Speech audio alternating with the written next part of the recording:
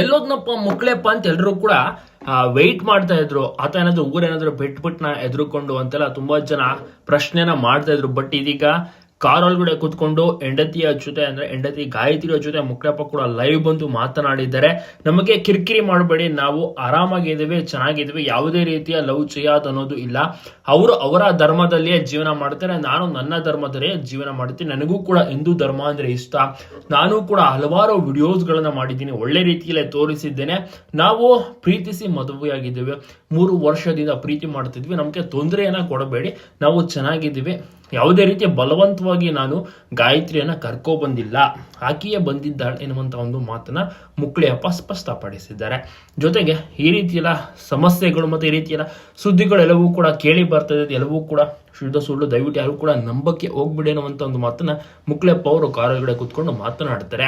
ಹೌದು, ಮುಕ್ಳೆಪ್ಪ ಮತ್ತೆ ಗಾಯತ್ರಿ ಅವರ ಒಂದು ವಿಚಾರ ಮದುವೆ ಸುದ್ದಿ ಎಲ್ಲಾ ಕಡೆ ವೈರಲ್ ಆಗಿದ್ದು, ಜೊತೆಗೆ ಪ್ರಮೋದ್ ಮುತಾಲಿಕ್ ಅವರು ಕೂಡ ಎಂಟ್ರಿ ಕೊಡ್ತಾರೆ ಈ ಒಂದು ವಿಚಾರದಲ್ಲಿ. ಸೊ ಹೀಗಾಗಿ ಎಲ್ರಿಗೂ ಕೂಡ ಒಂದು ರೀತಿಯಲ್ಲಿ ಏನಪ್ಪ ಇದು ನಡೀತಾ ಇದೆ ಅಂತ ಕೂಡ ಒಂದು ಪ್ರಶ್ನೆ ಅರ್ಥಕ ಎಲ್ಲರಿಗೂ ಕೂಡ ಇತ್ತು.